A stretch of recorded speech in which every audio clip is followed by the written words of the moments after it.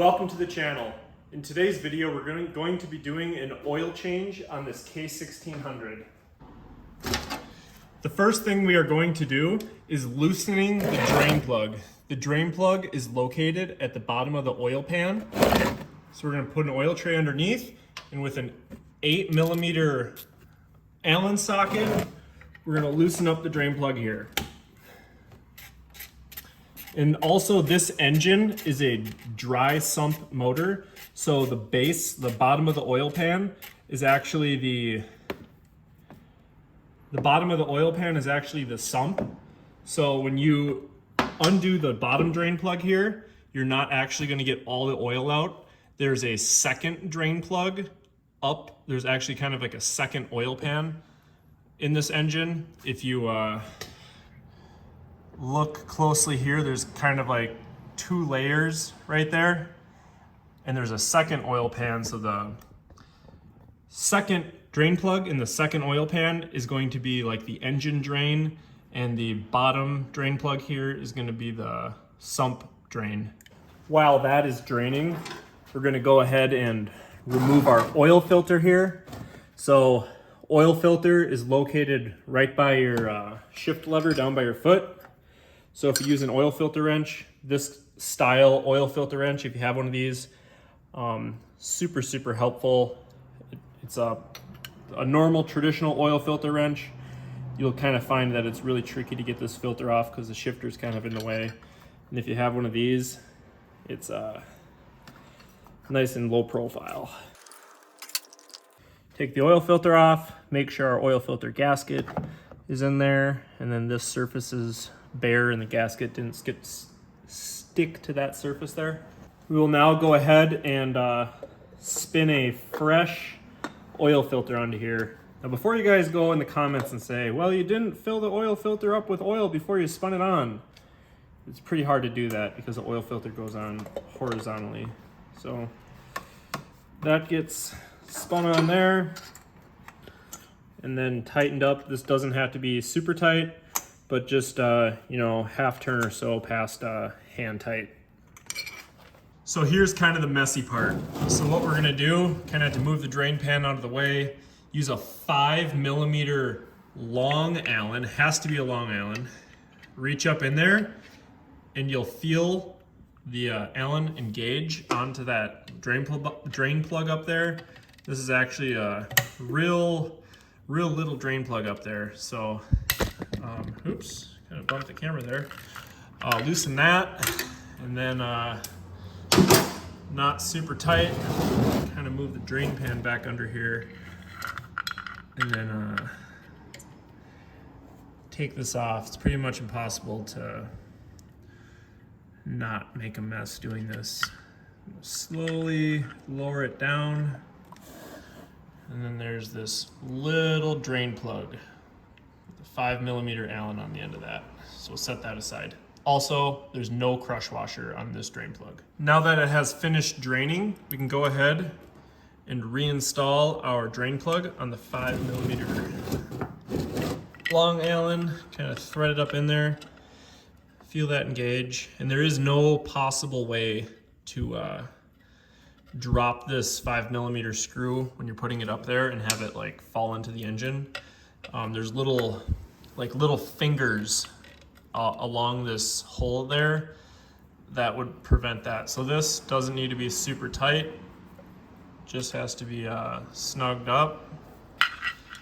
And then the next thing we're gonna do is throw our 8mm, one of our 8mm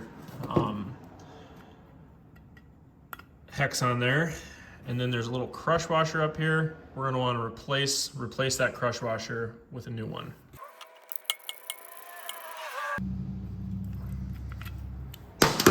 We can then go ahead and just kind of clean up on the muffler here where we spilled some oil off the oil filter, then also wipe up underneath by our crush washer. So if this video helps you out in any way, please consider joining my channel. Joining my channel is different than subscribing. It costs as little as $1.99 a month and I have the benefits of that written down. If you're interested, joining my channel is going to kind of, I don't get paid for doing this, so it kind of just keeps me going and keeps videos like this coming. So if you're feeling generous, please consider joining. We can now fill our engine up with engine oil. The engine oil fill is going to be on the left side of the engine, right above your brake lever on the side of the engine here. So you pull that out. There's a dipstick here. On the dipstick, there's a minimum level and then a max level. So I don't know if you can read that on the camera, but you'll be able to see that on yours. So we're just gonna top it up all the way right there to the max line. So from totally empty to the max line should be right about 6 quarts. So we can go ahead and with a funnel, fill her on up with oil. I'm sure a lot of you would like to see me call out what oil to use, but honestly, any 5W40 synthetic oil is gonna do the trick. I'm not trying to get into the age-old oil debate with anyone. So what we're gonna do is go ahead and put in 4 quarts of our oil and then reinstall our dipstick, start the engine, let it run for 30 seconds or so. Give her, just kind of hold it up at 3,000 RPM for 30 seconds or so, and then reinstall or uninstall our dipstick, pour the 5th quart of oil in, and then run the engine all the way up to operating temperature, shut the engine off, and then reinstall the dipstick. Without threading the dipstick in, check our oil. So I'm just gonna start the engine and then let it idle and then kind of hold it up at 3,000 RPMs for 30 seconds or so, just to kind of pump the oil out of the sump through the motor. We can now uninstall our dipstick here and pour in our 5th quart of oil.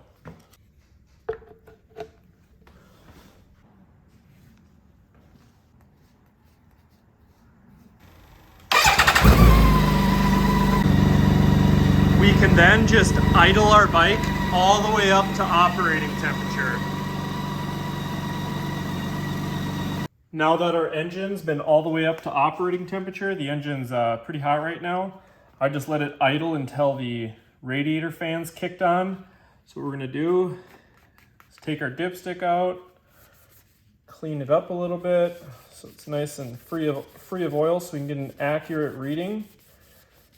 And then we're gonna reinstall our dipstick without threading the dipstick in. Do not thread it in, just kind of set it there.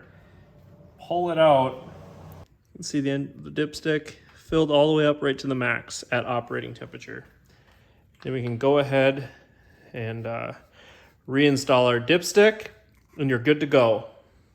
Now, if this channel helped you out in any way, again, please consider clicking that join button. It really helps me out. Have a safe ride.